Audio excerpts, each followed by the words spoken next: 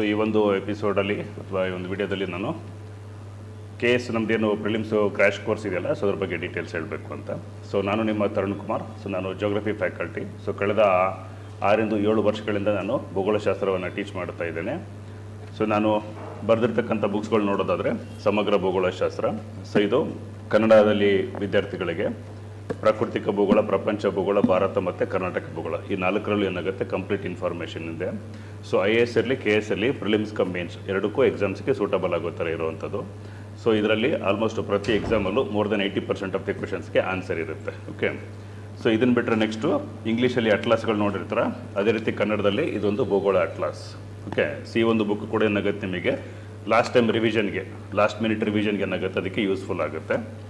ಇನ್ನು English version books ಅಂತ ನೋಡೋದಾದರೆ hand book on Indian geography ಅಂತ ಇದೆ. So next hand book on Karnataka geography ಇದೆ. ಓಕೆ, ಸೊ ಇವೆರಡು IAS ಮತ್ತು KASಗೆ ಪ್ರಿಲಿಮ್ಸ್ಗೆ ಮೇನ್ಸ್ಗೆ ಇರುವಂಥದ್ದು. ಕೊನೆಗೆ hand book on agriculture. Okay, so ಇದು ಕೂಡ ಬುಕ್ಸು KAS ಮತ್ತು IAS ಪ್ರಿಲಿಮ್ಸ್ಗೆ ಮೇನ್ಸ್ಗೆ ಬರೋ ಥರ ರೆಡಿ ಮಾಡಾಗಿದೆ. ಓಕೆ, ಸೊ ಇನ್ನು ರೀಸೆಂಟಾಗಿ ಲಾಸ್ಟ್ 2024 ಏನು KAS ಪ್ರಿಲಿಮ್ಸ್ ಆಯ್ತಲ್ಲ, ಸೊ ಅದ್ರದ್ದು ಕ್ವಶನ್ ಪೇಪರ್ ಡಿಸ್ಕಷನ್ ಕೂಡ ಸೊ ನೋಡ್ಬಿಡೋಣ. ಓಕೆ.